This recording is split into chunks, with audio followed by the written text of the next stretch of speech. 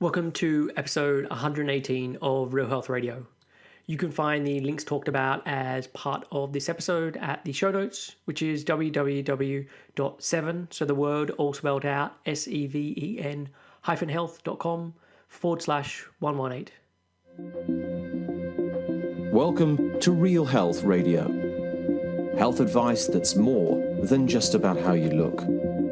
And here's your host, Chris Sandel.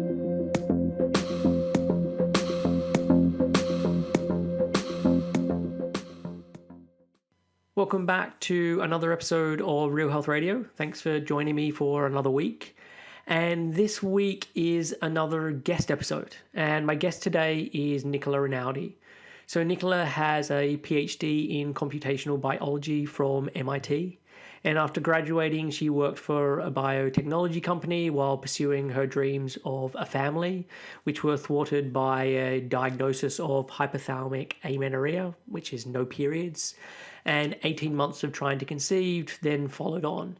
And she spent hours on research using the knowledge gained to work on recovery.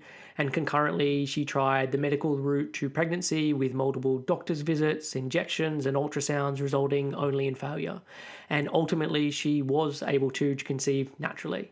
And since that time, Nicola has shared her knowledge of the path to recovery, helping hundreds of others achieve their dreams of womanhood and pregnancy. And she is the author of the book, No Period, Now What? So this is the second time that Nicola has appeared on the show. And Nicola's knowledge around all things reproductive hormones and specifically around hypothalamic amenorrhea or HA is outstanding. She's the only person I can think of who I would be able to have this kind of an in-depth conversation with. So in this episode, it is a very narrow focus and we get into the finer details and possibly into the weeds, focusing on reproduction and getting your period back if it's gone MIA. And we chat about the confusion between HA and PCOS, about supplements and medical interventions that can support the menstrual cycle starting up again. We cover exercise, looking at recommendations while trying to get your period back, what to do once it has restarted in terms of exercise and what to do on the exercise front during pregnancy. We cover miscarriage, something that I've wanted to talk about for a while, and both looking at the emotional side of this taboo but all too common event, as well as its effects on periods and conception afterwards, and a lot more. And look, given the niche nature of what we cover, this episode might not be of interest for everyone.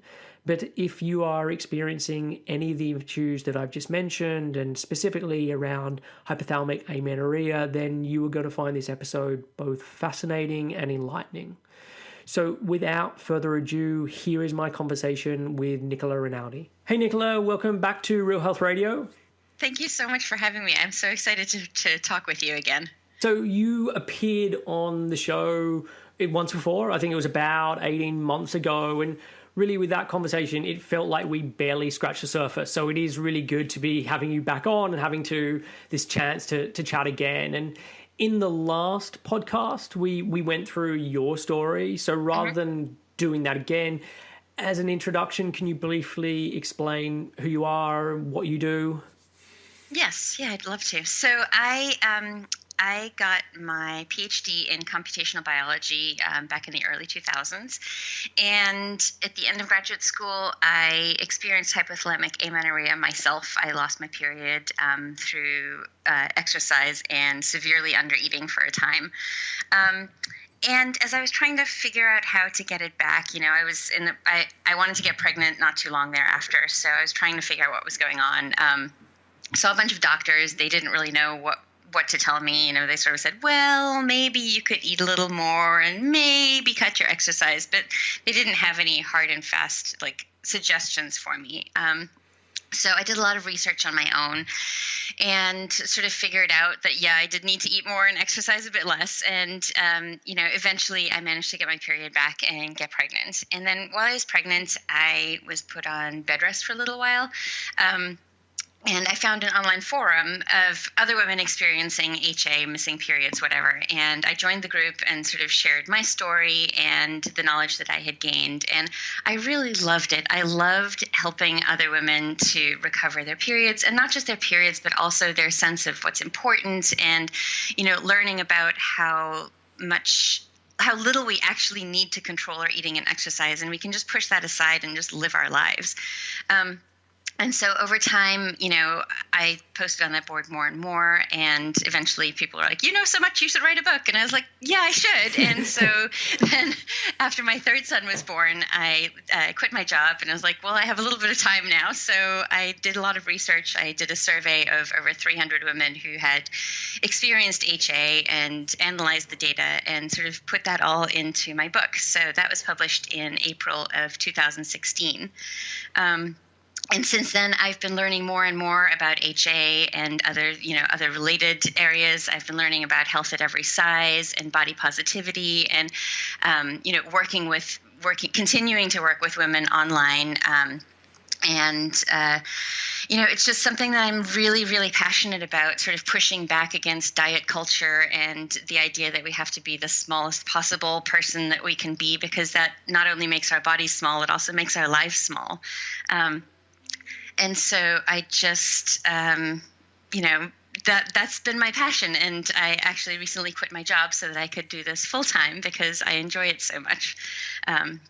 So yeah, I think that's a short story. Yeah, definitely. And look, I would say that your book has been a huge help for me, and I know for a lot of my clients. Your Facebook group, the No Period Now What Facebook group that's attached or as a part of that book, is also really, really helpful. And the other thing that you said that I really want to highlight is it's not just about women getting their periods back. Like, this has such a big impact on their life. It becomes all consuming. And so it isn't just a getting rid of one symptom type thing. It's a really big overarching change in someone's life. Yes, absolutely. So for today's conversation, you asked your audience what they would like to hear you cover. I've also gone back through your book and your blog posts, and with all of this, we've compiled some questions in advance, and I'm happy to go with you in any direction, and undoubtedly we'll only cover a fraction of what we have planned.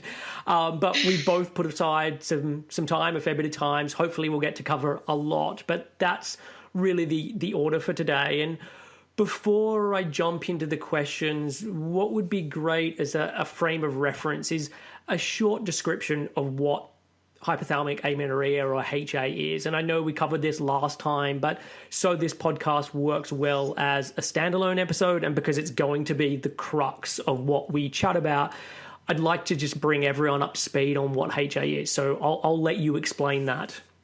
Absolutely. So I think the easiest way to explain it is kind of breaking the words down. So hypothalamic amenorrhea. The hypothalamic part comes from a part of your brain that, it's a major control center. It's called the hypothalamus.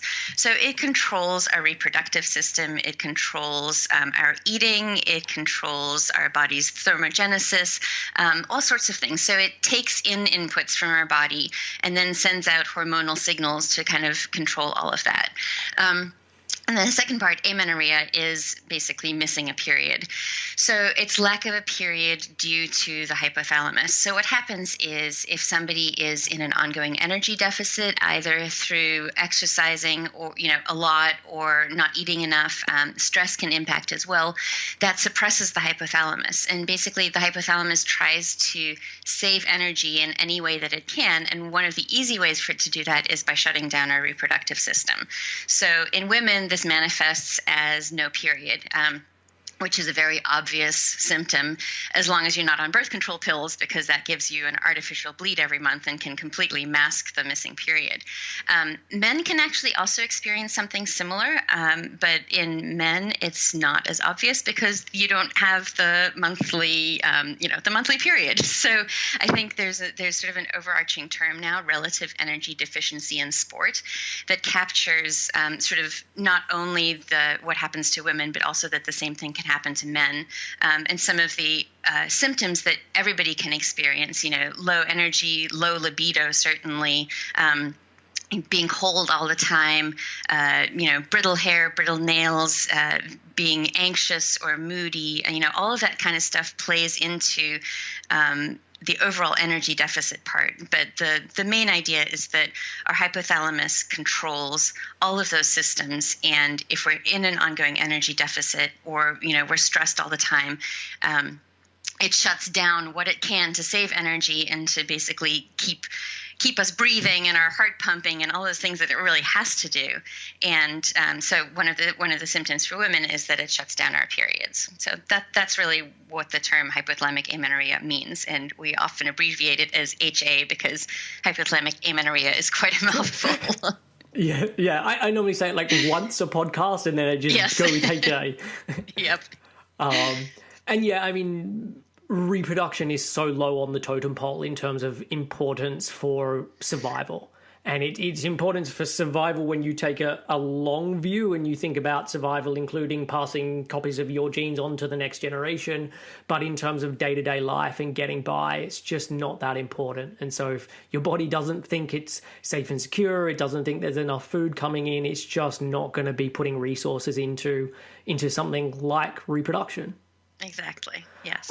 You mentioned something about men there, which is something I hadn't actually thought about. Like, I obviously think that men can have troubles in reproduction in the same way, but I'm just wondering, have you looked into how that would be diagnosed? Is it just around the amount of sperm they're producing? What do they do to diagnose the equivalent of HA in men? I think that they look at testosterone levels, and that those can be much, much lower in men who are experiencing ongoing energy deficit. But this is definitely not my field of expertise. Okay. So, I would defer to others on that question. Okay, sure. So look, one of the questions that came up from your audience was around HA and PCOS, so polycystic ovary syndrome, and often the confusion between the two of them. So maybe you could briefly explain what PCOS is and then comment on like dealing with them and some of the confusion around them, because I think often they're misdiagnosed. Yeah, so polycystic ovary syndrome, or PCOS, is a condition that's actually experienced by about 5 to 10% of the female population, and no one really understands where it starts, but it ends up being a condition where you have typically high androgens, so that's high levels of some of the male hormones, and then that can manifest physically in things like male pattern hair growth, so hair in places that women typically don't have hair, increased acne. It can also manifest with insulin resistance. The thing about PCOS and HA is that there are set diagnostic criteria for PCOS, although it's a syndrome that can manifest very differently in different people. But the diagnosis requires 2 out of 3 criteria to be met. One of them is no period, or oligomenorrhea, which is basically periods that are irregular and quite far apart. So obviously somebody with HA has that because they also have no period. The second criterion is polycystic ovaries. So that's if you have an ultrasound and you look at the ovaries in a woman with PCOS, there tend to be a very large number of small resting follicles, sort of between 2 and 9 millimeters. Research has showed that the cutoff should be about 26 on an ovary in order to appropriately diagnose PCOS. But a lot of doctors aren't aware of that, and so they'll take a look at a woman's ovaries and say, oh, you've got a lot of follicles, you must have PCOS, because, again, it's a much more prevalent disorder than hypothalamic amenorrhea. So often women are misdiagnosed just based on those 2 criteria. The third criteria is hyperandrogenism. So that's the elevated levels of testosterone, androstenedione, DHEAS that you can measure in blood, and then or physical symptoms, as I described earlier. So it's interesting. The 2 manifest very similarly, but obviously the what you want to do if you have HA to recover versus PCOS can be very different. Women with PCOS are often told to eat less, cut out carbs, exercise more. I don't really want to comment on whether that's appropriate or not, but that's sort of the standard line that they are given. If you have HA already, then doing any of those things is just going to make it worse. It's not going to make it better, and you're going to go further into the amenorrhea and the reproductive system shutdown and the shutdown of all your other systems. So I think there's been a lot of research on PCOS versus HA recently that's been interesting. There's another hormone called anti-Mullerian hormone, abbreviated as AMH. And I was actually just reading a research paper recently where they found that elevated AMH in women that have these sort of HA-like lifestyle choices can indicate ovaries with a lot of follicles, but it does not indicate any of the hyperandrogenism or anything like that. So it's really, really important that when somebody is looking to get diagnosed and figure out why they're missing their periods, that the doctors are taking into account exercise habits, eating habits, whether they've lost weight, what their stress levels are like. And I think that's just reinforced over and over again, the more of the research that I read in these two areas. And with AMH, it's a hormone I haven't thought about that much in regards to HA. It's one of the ones that often gets tested more around looking at menopause, if I'm remembering correctly, and also often around people who are going to have IVF to see where their numbers are. It's a hormone that seems maybe to help indicate if somebody has sort of a diminished ovarian reserve is the term. But even there, I just think that there isn't enough data across a large swath of women to be able to really accurately use it for any of these diagnoses. There's a section of my book where I talk about women who've been diagnosed with, they have low AMH, can also be seen with HA, and it seems to go along with having very low levels of luteinizing hormone, LH. And so women are told, you might not be able to get pregnant, and that just doesn't seem to be the case. So I'm really actually quite leery of using AMH for any of these diagnostic things in women that have HA or HA-like tendencies. But it's something that doctors are more and more testing. So I think it's important for people to be aware of the fact that it's something to look at, but maybe don't take anything that they tell you because of that hormone with a grain of salt. Yeah. And in terms of the HA PCOS confusion, it's rare that I find doctors diagnose someone with HA, but I think it's very common for people to be diagnosed with PCOS. And often the diagnosis of PCOS is done solely on looking at a scan to see someone's ovaries. Mm-hmm. And it's uncommon. And this is my experience with working with people. I don't know if this is happening across the board, but it seems much more uncommon that androgens, so the male hormones, and calling them male hormones is incorrect because they're in both men and women, but the male or androgen hormones just aren't looked at very often. Despite giving people diagnosis of PCOS, and they should be to really make that diagnosis. Yes, absolutely.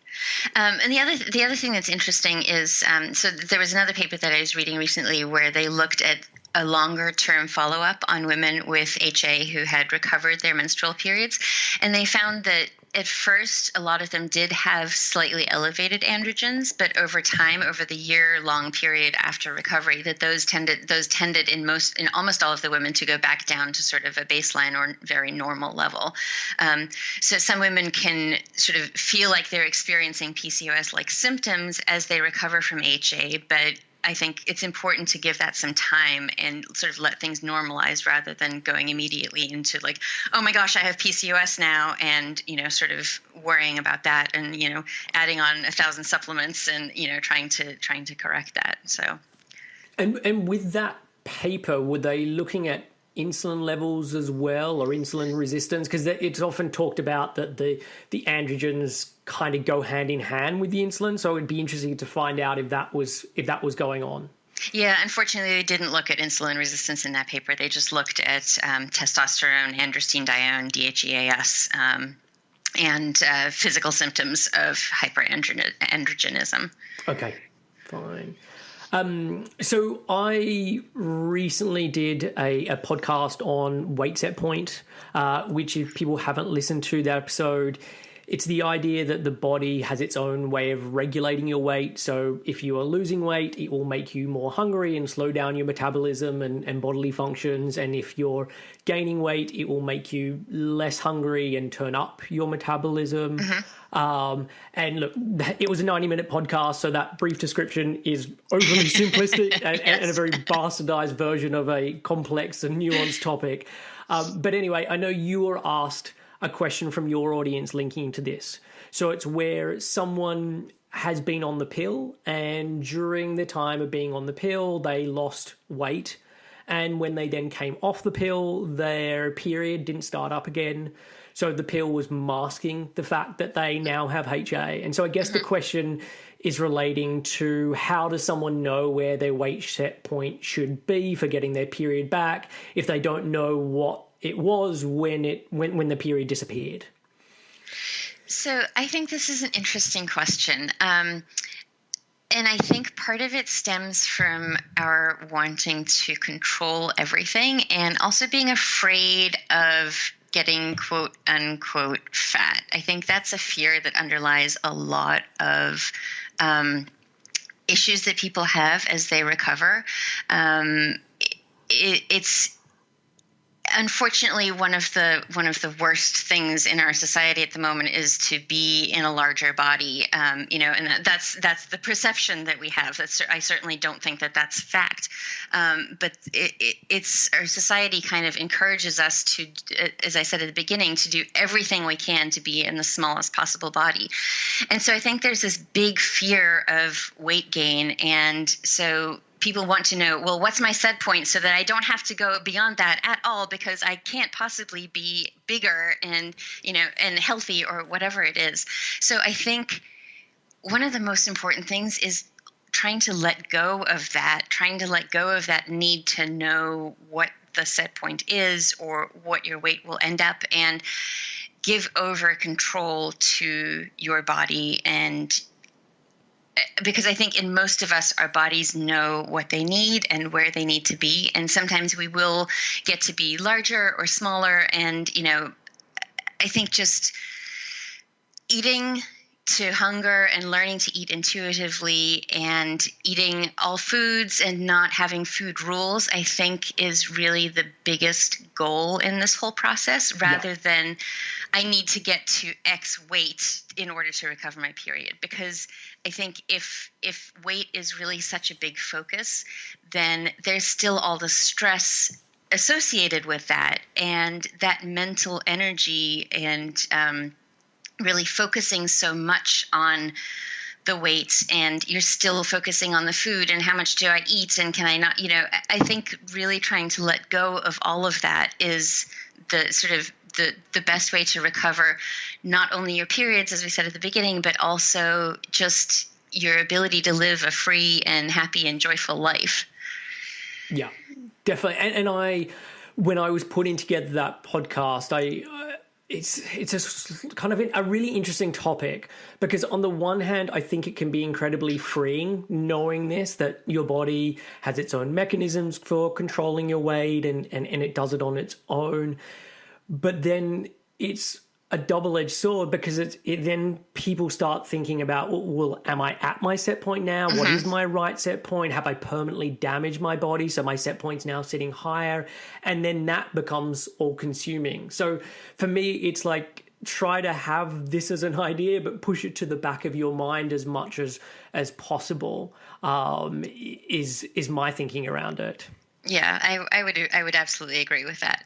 That said, I think for many of us that lose weight through the process of acquiring HA, we tend to recover at about where we started. It's like you do all this quote unquote work to be thin and fit, and it's our bodies were probably in a good place before we decided that we needed to follow this societal mandate to be, skinny and all of that stuff. Yeah. And I want to echo that in that the women that I work with around HA, they typically end up back where they started and ending up in the body that they were meant to be in before they started all the dieting and all the over-exercising, etc. And it might be for a period of time that they are heavier than that as things are settling down, but typically they just end up back where it all began, which for some people is a great thing and sounds fine. For other people, that's terrifying, and they think, but I never want to be here to start with. And there's then more work that needs to be done on body image and self-esteem and how someone feels about themselves, etc. But yeah, I think just letting people know that that's often where periods will start up again is quite helpful. Yep. So another question that your audience had was around not getting their period back. So in your book and in our first podcast episode, we chatted about the importance of regular menstrual cycles and how useful they are outside of reproduction. So things like bone health or heart health or potentially neurological health. So I guess what happens if people make changes? There are many positive enhancements in terms of their health, but despite this, they still don't get their period back. So there are a couple things here. So first of all, a lot of times it just takes some time for our body to kind of regulate, even if our hormones get back to a quote unquote normal level, like estrogen increases or LH increases, which tends to be the best marker that I've seen for HA at the moment. Yeah. But it takes some time for our body to then, the baseline hormones are good, but what really happens in a menstrual cycle is that it's this interplay of hormones increasing and decreasing in turn. And there needs to be some kind of push for that to get started. So, sometimes it happens naturally. Sometimes it just takes a little bit more time than we might like. I mean, everybody wants to be the one who recovers in 4 or 6 weeks, but yeah. The median time to recovery is about 6 months. And there are certainly women for whom it takes longer than that. But another thing that one can do is there are some other options for kind of giving your body that push, and there's sort of a range from minimal intervention to fairly significant intervention. So on the minimal intervention side, cognitive-based therapy has been shown to be helpful.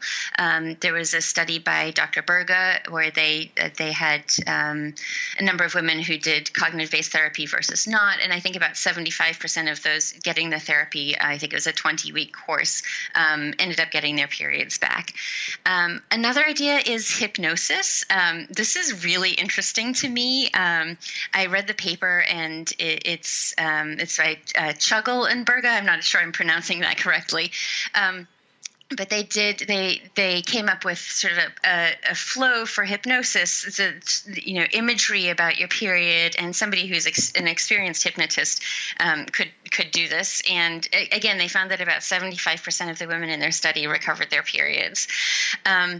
I was really interested in this when I read it, and I sort of read a little bit about self-hypnosis, and I tried it, and I was amazed that I actually could make my body feel differently by following some of the ideas they suggested. So I certainly think that that's something that's worth exploring if somebody doesn't have their period after making sort of the lifestyle changes that we all recommend. So those are sort of the lowest level of intervention. Can I just add something to yes. that? So one is, can you please send over those papers, and I'm going to put it in the show notes because I think Absolutely. That would be really interesting for people to read. But it kind of taps into another podcast that I'd done on cognitive dietary restraint, which is basically looking at how people's thoughts can have an impact on bodily functions. And Yes. I know this kind of sounds a little bit woo-woo, but how you think and the emotions that you have has a real direct impact on your physiology. And so I can definitely see how something like cognitive behavioral therapy or even hypnosis could be then helpful for someone getting their period back. Yeah. Yes. So the next level is some sort of over-the-counter supplements. So there are a couple of one thing that's been shown in a few in a few clinical trials to help women recover periods is acetyl L-carnitine. So that's something you would take 1 to 2 grams a day, and there have been 3 studies now, unfortunately all done by the same group. I wish that somebody else would do it to confirm this, but certainly there have been women in my Facebook group who have started acetyl carnitine, and their periods have started not too long after that. The studies have been, I think the studies were about 3 to 6 months long. So again, it's not something that you would necessarily see results from immediately, but it is something to look into and consider. Then you get to sort of the more medical interventions. So there are a couple of drugs, medications that people can use, Clomid or Femara, or, there are a couple others that are, tamoxifen is less commonly used. Clomid and Femara are the most commonly used. So what those do is they cause your body to sense a lower level of estrogen at the beginning of your cycle. And that then pushes your hypothalamus and pituitary, your pituitary really to produce follicles, a little bit more follicle stimulating hormone, which stimulates the follicles to grow, and you have an egg that grows. And then, the whole menstrual cycle can follow on from that. So I feel like this is a very small intervention. It basically, you need a little bit of a push at the beginning of your cycle, but then your body naturally takes over and grows the follicles, and you ovulate, and the corpus luteum forms, and you get your period. So a lot of people are sort of scared of outside medications, but to me, this is actually a lot more natural than being given outside estrogen or progesterone, which can cause a bleed, but they're not encouraging your body to actually do any of the, the things that a normal menstrual cycle takes on its own. So that's something that I often will recommend to people if they're obviously you have to have made the lifestyle changes first. I have a figure in my book where I show women who don't ovulate the first time they try one of these medications, and then do ovulate the second time or try it again. And almost inevitably there's some weight gain. The women who try it multiple times at the same weight, it tends to be less successful. And also women who are at a low BMI to begin with, the medications are less likely to work. So having made lifestyle changes, this is something that you can do to kind of give your body that push to restart menstrual cycles. So there was a paper back in 2008 by Borges et al. Where they did this. They did 3 cycles of Clomid, and then the women in that paper it was a small study, only 8 women, but they all resumed normal menstrual cycles thereafter. And I've certainly worked with people and encouraged them to do that, and had similar success in, a few months of these medications and then resuming cycles after that. And with recommendations around that, how on board do you find that doctors are with doing this, and how much do they know around this? Because I've had clients do this as well, and sometimes doctors really know about it, and other times it's really difficult for them to get for someone to say yes. Yeah, it really, really varies. There are some doctors who are totally on board, some who will be like, I'm not sure, but let's give it a try, and some who say, no way, it's never going to work. I think the idea that oral medications won't work in women with HA is based on the fact that they tend to have low estrogen. But it never seems to take into account that estrogen does increase after recovery. And even if baseline estrogen seems low, I think if somebody's been working toward recovery, they've cut out their high intensity exercise, they're eating more, gaining some weight. I see no reason not to try it. I mean, like, what's the worst that can happen? You don't ovulate. That's kind of where you are already. So, I don't really understand this, reluctance to give it a shot. It seems to me like it's worth a try, right? Yeah, totally. And I think people have their own biases or beliefs around medication, and so maybe that's part of it. And I also find with HA, when looking at hormones, it's really difficult. And Yes. what I mean by that is there will be times where I'll look at someone's hormones and I'm like, on paper, I think you should be getting your period. Like, this doesn't really make a huge amount of sense. And then there'll be other people who are quite low and they start getting their period. And so I think it's useful, obviously, looking at reproductive hormones to get a sense of what's going on. But there's obviously quite wide ranges between where someone starts and where someone stops. And that can be quite different from person to person. Yes, absolutely. I think it really speaks to the fact that we each have our own individual path to how we get HA, and we have a very individual path to how we recover. Hormones are definitely not the be all end all. I think a lot of times people will get their hormones tested and be discouraged by the results, but there's just so much variability. And as you say, like, it's really impossible to say. I mean, somebody can have a blood test one day and, the next day they get their period, and somebody else with the same levels doesn't get their period for 3 or 4 months or whatever. So one of the things you mentioned as you were going through the different options there were supplements, and you mentioned acetyl L-carnitine. What other supplements are you thinking would be helpful for someone getting their period back or regulating their periods? And if there's any specifics around it would be good under these circumstances, do you want to mention that? So I've been working on a series recently on my blog about supplements and HA recovery or recovering periods, because there's so much information out there, or so many things out there, like take Vitex, take Maca, take this, take that, and I'm not really sure where a lot of it comes from. It's sort of like, there's an effect on reproductive hormones, so you should take it. Yeah. So I've been really trying to look at this sort of more scientific evidence to back up some of these things. So Vitex, for example, is something that I don't recommend that women take who are trying to recover their periods. It's commonly recommended, but it's not something that is helpful in this situation. It's supposed to increase progesterone, but there was actually a study that was done in monkeys, and it found that it does increase progesterone, but that doesn't help you to ovulate. That actually increased progesterone can prevent ovulation. So for somebody who's working to recover from HA, probably not a good idea. There are situations in which it can be helpful, like if somebody has elevated prolactin, then Vitex is something that can help with that issue. But that's separate from HA.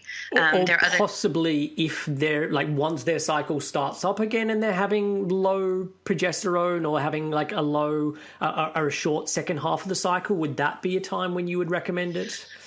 Possibly, but I think there are other things that are better in that situation for increasing luteal phase length. So I have a whole chapter on the luteal phase in my book, because that's something that doctors are often unwilling to sort of recognize that a short luteal phase can have negative effects on getting pregnant, and it's especially true in women with HA, because So after you ovulate, the follicle collapses and becomes the corpus luteum, which is what secretes the progesterone that supports your uterine lining, and in hopes of as it grows, in hopes of receiving an embryo. There are cells in that corpus luteum that are responsive to luteinizing hormone. So they secrete progesterone every time there's a pulse of luteinizing hormone. In women with HA, our luteinizing hormone tends to be low, or our pulses are too slow, and so that can lead to lower progesterone. and therefore a short luteal phase. So that's something that's really common in women who have recovered from HA. So there are a couple of things that you can do for that. There was a study that showed that vitamin C was helpful for increasing progesterone and luteal phase length. That's sort of, again, on the minimal intervention side. Yep.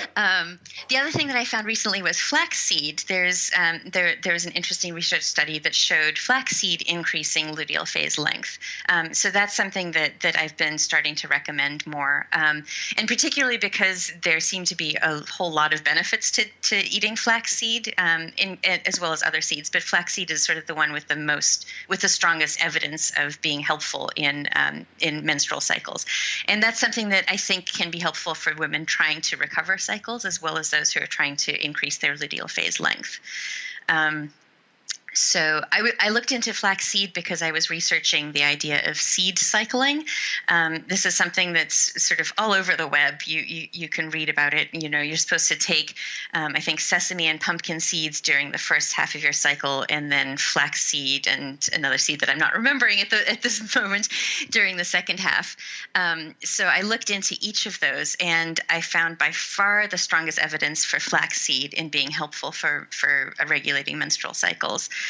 And there was some information for the other seeds, but really there was nothing at all to suggest this idea of alternating between different seeds. Every research study that's been done has people or animals on those seeds or the diet for an extended period of time. So I'm not really sure where this alternating idea came from, but I didn't find any evidence to support that. So I think the strongest evidence is for flaxseed. And something else interesting that I found was some research suggesting that sesame seeds can increase sex hormone binding globulin. So that kind of gets us back to the PCOS thing, because the sex hormone binding globulin is low in women with PCOS. So sesame seeds might be something interesting for people in that situation to try. But other than that, I really just recommend for women with HA, flaxseed is probably the optimal seed to be taking, and there's no reason not to take it throughout the whole menstrual cycle. And in real life, how's that worked out? So obviously you have the No Period Now What Facebook group. So what I find is that there's often differences when people do things in real life versus what research shows. So do you know, have women reported back in terms of using that and it being helpful? A couple of women have, yes. Okay. It's certainly not, I just did the research not too long ago, so it's not something that I've really put out there that much. So I don't have super good data on that. Okay. Yeah. Fine. Exercise is a question that comes up a lot. I know you got questions about it. And it's something I talk about a lot with my clients when we're kind of trying to recover periods. And like starting with while in recovery, my standard advice when trying to get your period back is to do little or no exercise. So walking, some stretching, some gentle movement is fine, but keeping exercise outside of this to a minimum or nothing at all is my typical stance. My sense is we're fairly in agreement on this, but feel free to correct me if I'm wrong. I typically recommend cutting out high-intensity exercise. Okay. I haven't found any particular reason to cut out low-intensity exercise. Like you say, walking, yoga, all of that stuff seems to be fine.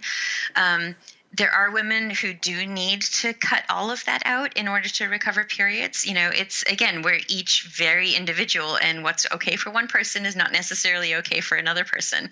So I think that's really important to keep in mind, is not to compare what you are doing with what anyone else is doing. It's your own individual journey, and just focusing on yourself and what you need to do to recover, I think, is really important. And the other case where I find that the low-intensity exercise can be problematic is if it's sort of increased to compensate for not doing the high intensity exercise, or if it's I have to get out, I have to walk. That sort of compulsion to be moving, I think, is something that can hamper recovery.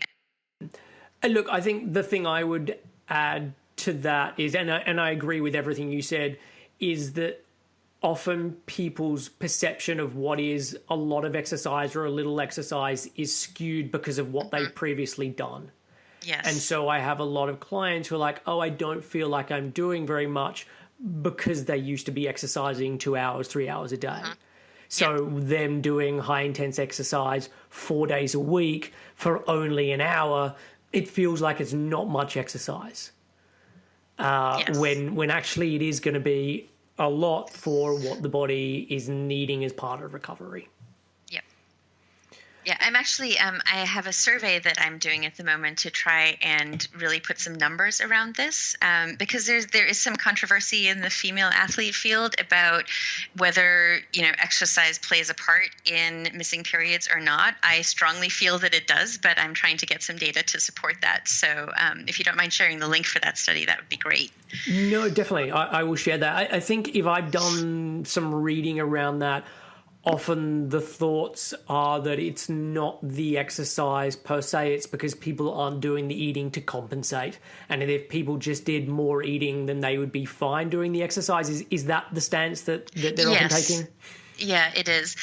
So I feel like one can exercise a lot and eat a lot and maintain periods, but once the period has been lost, then I think that the high intensity exercise hampers recovery and hampers getting the periods back. So that's sort of my feeling. And again, I'm interested to really get some hard data around that. Yeah. And my feeling is the same based on the experience I've had with clients. So yeah, that would be my hunches as well.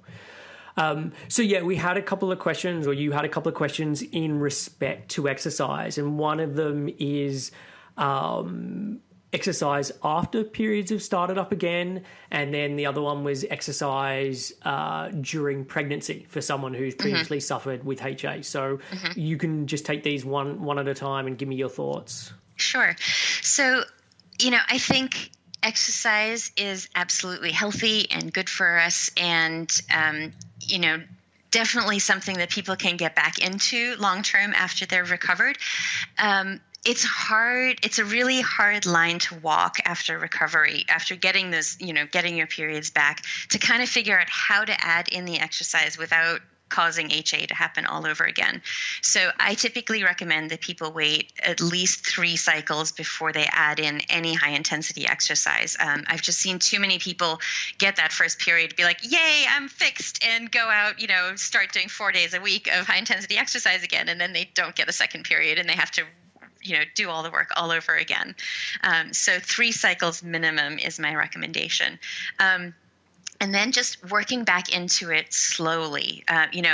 Don't add in 3 or 4 days a week immediately. Start with 1 or 2 days a week, maybe 15 to 20 minutes, and sort of do that for a cycle, see if it has any effects. I think it's really important for women to track their cycles and sort of learn their own symptoms of ovulation, because that can be a really good indicator of whether, a particular type of exercise is impacting you or not. If your ovulation gets later or your luteal phase gets shorter, that's the time between when you ovulate and you get your period.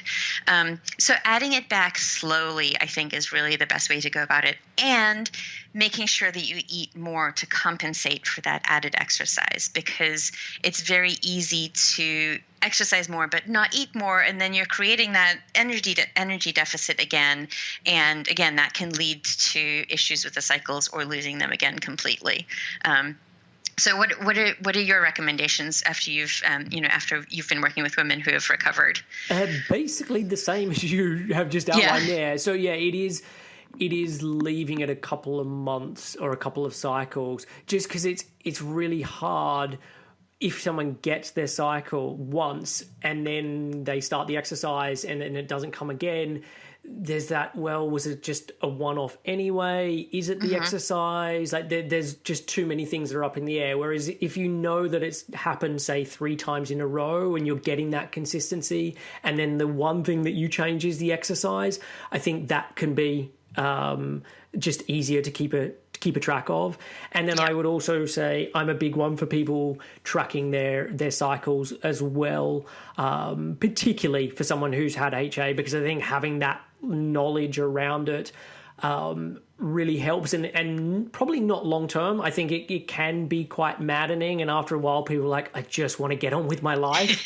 But in the early stages, I think it is helpful, and getting people to pay attention to, as you say, like when they ovulate. It can be looking at libido, it can be looking at cervical mucus, so lots of symptoms around reproduction, but also other symptoms. So what's happening in terms of your sleep, what's happening in terms of your hunger and fullness, in terms of your mood, just other symptoms that could also start to point towards the fact that maybe you're not taking in enough for what your body needs because of that extra exercise. So yeah, I think we're largely in agreement on that one. Yes. So then in terms of exercising while pregnant, again, I'm totally in favor of this. There's a really great book called Exercising Through Your Pregnancy, I think, by Dr. James Clapp, where he did a number of research studies that sort of looked at some of the recommendations, like you should keep your heart rate at 140 or less. And he showed that there's really no reason to do that. The placenta actually grows to accommodate extra blood flow to support, some of that more high intensity exercise. So there's really no reason that I'm aware of for women not to get back into some form of exercise after they're pregnant. Take it easy for the first few weeks, but after that, the hormones from the embryo and fetus actually go to support the corpus luteum during the early phases of pregnancy. They take over from the luteinizing hormone, so there isn't sort of the same level of concern as there was in the luteal phase about keeping exercise to a minimum. And exercise is really healthy for pregnant women and for their babies. And, so I definitely support that. What I really caution women about is to make sure that they are gaining weight appropriately when they're pregnant. I think it's really easy for those of us that have had HA to, you sort of want to be the cute, fit, pregnant person. And so, not necessarily eating enough. And so, I will tell women it's fine to exercise, but if you're not gaining weight appropriately, which is, sort of a pound a week during the second trimester, overall gain of about 25, plus pounds, consider cutting down on the exercise, or really, really try and work hard on eating more. People sort of think, the weight gain will come automatically, but that's not necessarily true. Sometimes we do have to push ourselves to eat a little bit more.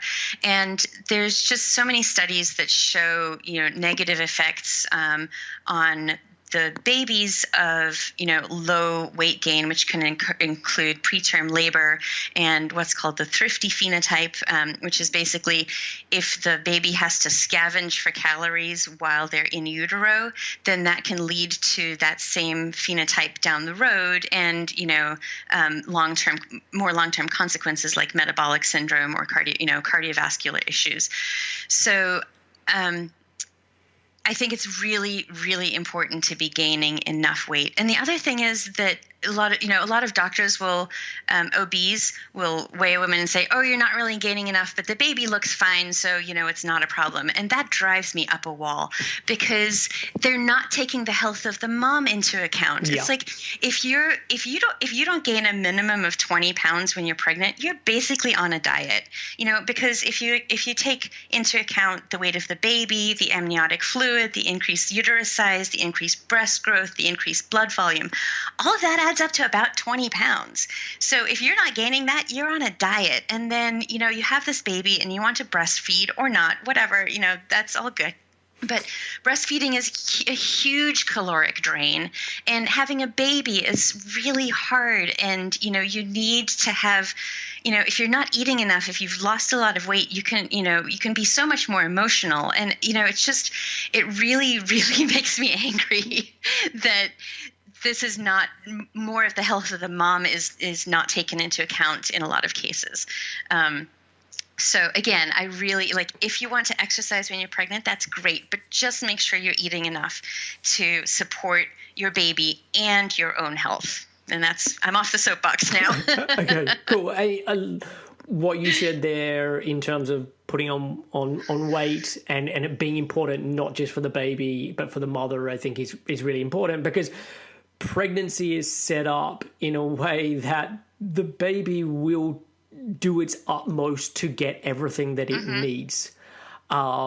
And it will then just start stripping your bones for your calcium. It will take fat from your brain or wherever it can, because it needs that as part of its growth. I mean, part of the reason women will get insulin resistance during pregnancy is because of hormones that the baby are controlling, so that there's more glucose staying in the blood, so that then comes to them.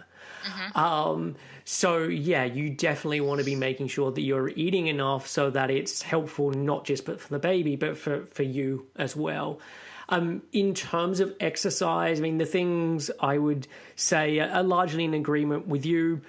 Often the first trimester, you don't have to give people a lot of advice, because they're typically feeling tired. They're just wanting to eat mac and cheese and lie down, and so it's normally after that it's more of a conversation.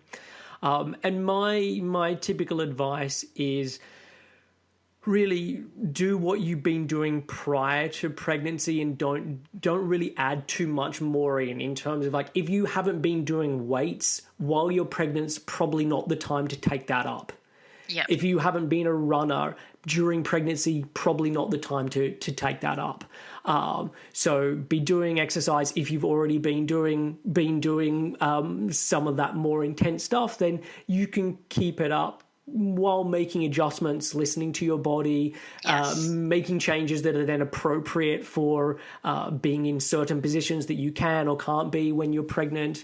I mean, I'm not an exercise physiology person. Like, that's just not what I do. So I will refer out for clients with that stuff. So whether that's going and seeing a PT who really knows what they're doing around that stuff. I know online, Girls Gone Strong, I think they've got some pregnancy specific stuff. There's a company called Mumhood, which is an offshoot of Frame Gyms over here, which is specifically all around pregnancy. And it's me more just deferring to those people, because they're going to know more around the exercise side of things with pregnancy. Yes. Yeah. Was there anything else you wanted to add on the pregnancy exercise piece? No, I think we've covered it. Cool.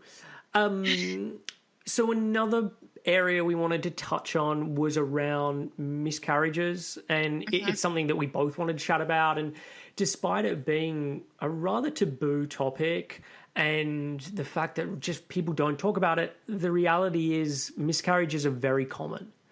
Yes. So I want to start with the question that you'd had from your audience, and they relate to concerns about periods restarting after a miscarriage, and also the effects of different procedures on or procedure choices on cycles. And again, you can take these one at a time. Sure. So I think the first thing that I want to say about this is that a lot of women are worried about, does having had HA mean that I'm more susceptible to miscarriage? And the data that I have from my survey suggests that is really not true. The miscarriage rate is about 30%, and that's really what you find in the scientific literature. Looking across a large number of studies, it's about 30%. Some of that is chemical pregnancies, so a pregnancy that sort of tries to take hold but isn't able to, and so you might get a positive pregnancy test at 9, 10, 11 days past ovulation, and then you'll get your period right on time or just a few days late. Or it can be miscarriages later on. It seems like it's fairly common to have miscarriage in sort of the 8 to 10 week mark. It seems like there's something that goes on at around that time that some fetuses just don't do appropriately, and so the baby ends up stopping growing. That was actually my experience. I went in for an ultrasound at 9.5 weeks, and the baby had stopped growing the week before. It's such a hard topic, and I really wish that we could talk about it more, because one of the things that I found after my miscarriage is that the most helpful thing was talking to other women that had gone through it. Not only to, process some of the feelings I was having, but, some of the anger, like, why does, that other person get to have their baby and I don't? Yeah. Some of the guilt, feeling like, did I do something wrong? Should I have been taking progesterone or, whatever? I mean, there's so many feelings that come up around this that having it be more open and talked about, I think would really be helpful so that it's not something that people feel like they have to process on their own. And that kind of got totally away from answering the questions you had asked. It is actually talked about something that I wanted to talk about, because I think the emotional side of miscarriages is just not dealt with and not talked about. And so from my own experience, so that people know, I have a son, Ramsey, who is now 7 months old, but it was a long road to get there. And over the space of maybe 2.5 years, we had 3 miscarriages, all between 7 and 8 weeks, and then had an ectopic pregnancy. That resulted in Ali's fallopian tube rupturing, as this was where the fetus was growing and she needed emergency surgery. So look, my comments around this are simply my perspective and my experience, so N equals 1. But I do wish that people would talk about this more. And I think it really scares people to have this conversation, especially someone who is pregnant. It can be really scary. And I think it's just like other difficult conversations where people just don't know where to start, so they shy away. Yeah. Or you get a lot of the platitudes of like, oh, I'm sure your time will come. And look, I am just as guilty as anyone of stuff like this. Like, it's really hard. But if we were having more of these conversations, I feel like people would have a dialogue around them. And as I said earlier, they are so common that people could then talk more about their own experience. And from the emotional side, for me, I had this really messy mix of emotions. So I was obviously upset, but not to the extent that Ali was. And she'd had this new human growing inside of her and had already started to bond with this. But for me, it was still just an idea. There wasn't that same level of connection. So on the one hand, I'm upset and I'm trying to console and support Ali. But on the other hand, I'm like having this wrestling match in my head of like whether I'm some disconnected and heartless individual. Am I a sociopath? Like, why isn't this upsetting me more? Should I be more upset? And I did have this real struggle around this. Mm-hmm. And because it was such a taboo topic, there wasn't really people to chat with this stuff about. So I really do just want to reiterate that I want this to be a conversation that more people are having, as scary as it can be. Yeah, I agree. And I think, I can certainly understand where you're coming from, because as a woman, it's like we have that baby inside us and we can feel it. And, we feel the physical changes that are associated with pregnancy. But, for you, you're outside, so you don't have that same kind of connection. Yeah. So, it makes a lot of sense that you would feel a bit more disconnected. So then, the other part of this, just in terms of the different procedures around cycles linking into miscarriages. Yeah. So I haven't really specifically looked at this in my data, but I don't have a sense that the type that how the miscarriage is reconciled or completed makes a difference as to regaining cycles afterwards. So I personally chose to have a D&C because I had 2 older kids and I didn't want the surprise of having a miscarriage when I was alone with my older children. So for me, I chose the surgical procedure. It didn't go super well. I actually had to have a second one. So that was really difficult, actually. And then after that, however, I ovulated about 2 weeks after the second procedure when the miscarriage was actually completed. And, then went on to have normal cycles after that. I think for somebody who's been cycling normally prior to the miscarriage, cycles tend to resume fairly shortly after the HCG hormone sort of goes back to around baseline again. For women that used oral medications to get pregnant, a fairly high number of them will go on to have natural cycles after the miscarriage. It might take a little bit longer, like around a month.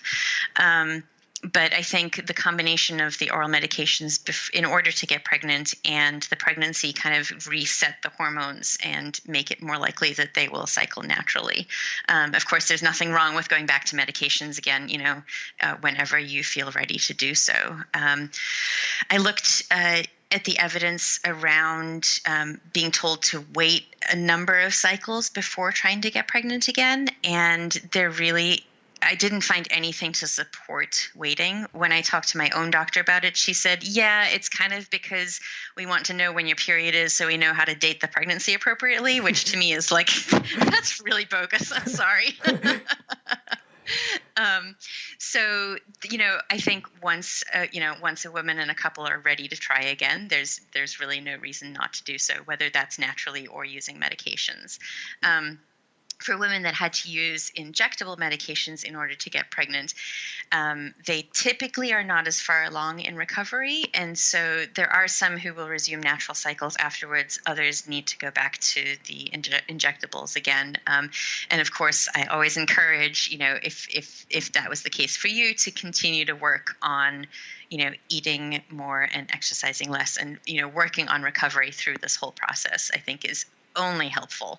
I've certainly seen women who have struggled to get pregnant even with injectables or IVF when they are underweight, still exercising a lot, not eating enough, and either gone on to have much more success after making those lifestyle changes or even gotten pregnant naturally.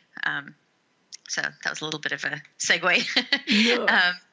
And if I'm remembering correctly from your book, you also talk about the fact that there's often women who struggle to get their periods back, and then they had their period maybe once, maybe they never even had their period and they got pregnant, and then after pregnancy, periods just resumed normally. So it's almost like the pregnancy can reset things as well.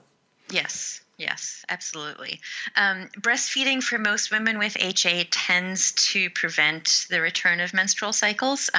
It's only about 20% of women who will get their cycles back while they're still breastfeeding.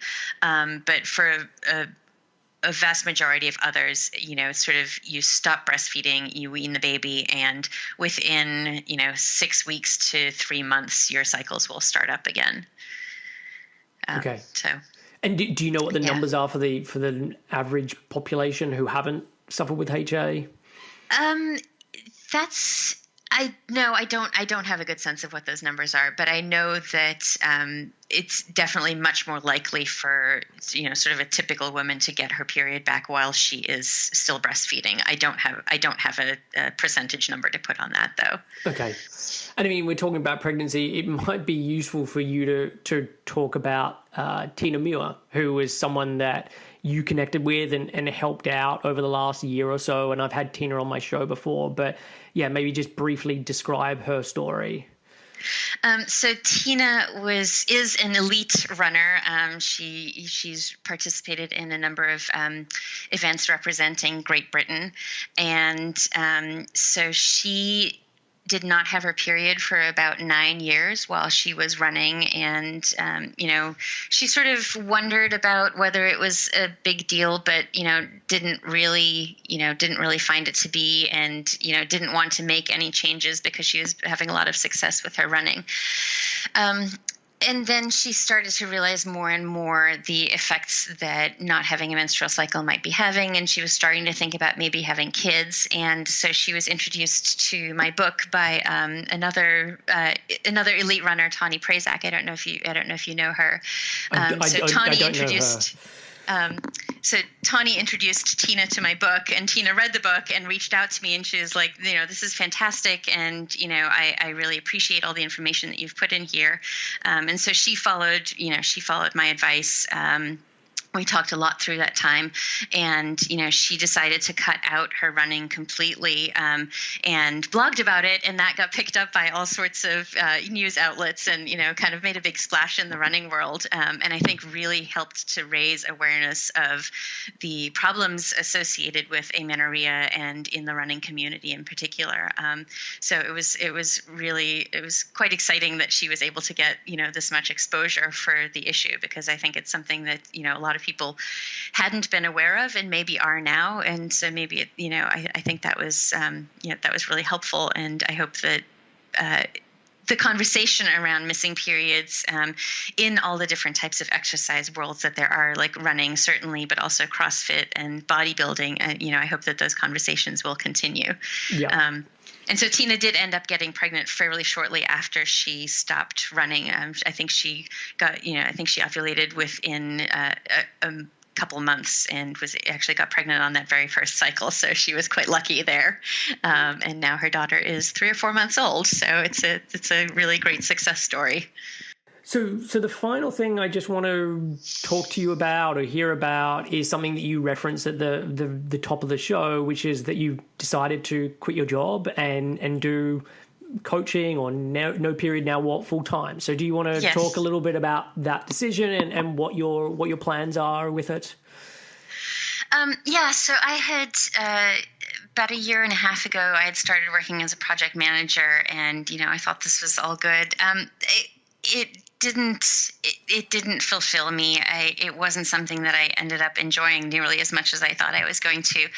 And I was still doing all my work around no period now what, talking to people in my Facebook group and, working with some women individually during that time. And I realized how much happier I am doing this work, like helping women to recover, spreading the message about, how diet culture sucks.